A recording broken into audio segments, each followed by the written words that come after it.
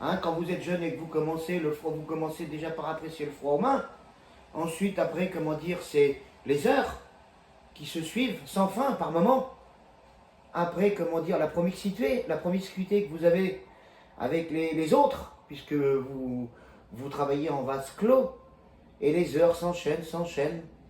Mais c'est un métier à la base que vous faites par passion. Vous pouvez ressentir des sensations. Est-ce que vous pouvez expliquer ce que c'est que le froid aux mains? Il faut être un lettré pour le faire. Hein.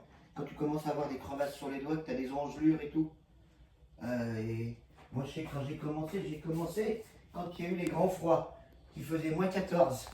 On est rentré une fois à Boyères, l'antenne de VHF qui normalement est grosse comme mon pouce, elle était plus grosse que mon poignet. Hein, obligé de déglacer, comment dire, les béquilles au marteau, hein, embarqué en canotte et tout.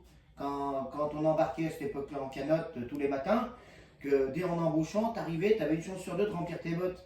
Le lendemain, il faut y retourner, hein, quelles que soient les conditions climatiques, parce que faut bien nourrir ta famille, payer les traites du bateau. Parce que si le lendemain tu n'y retournes pas, c'est la banque qui cogne à ta porte. Hein? Et il est vrai que certains ne peuvent pas comprendre ça.